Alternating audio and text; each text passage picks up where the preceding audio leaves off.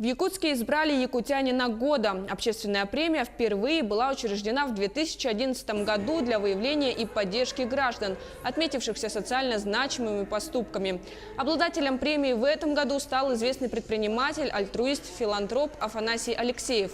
Стоит отметить, что Афанасий также финалист премии гордости Якутии и носитель ордена Святого Дмитрия Московского и Угличского чудотворца. Свою победу он уже по традиции посвятил маме. Специальный приз от компании «Синет» получила директор социальной столовой Ирина Гузова. Ей был вручен сертификат на сумму 100 тысяч рублей. Деньги пойдут на дальнейшее развитие проекта. Первый раз я удостоен такой высокой награды.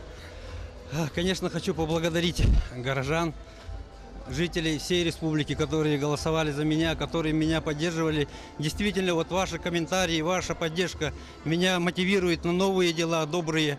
И в этом плане я буду только усиливаться. Спасибо всем.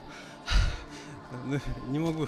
Я эту победу посвятил своей матери, которая... Я очень счастлив, что она находится в этом зале, что она в этот момент здесь со мной. Это ее триумф, это ее победа, это результат ее труда.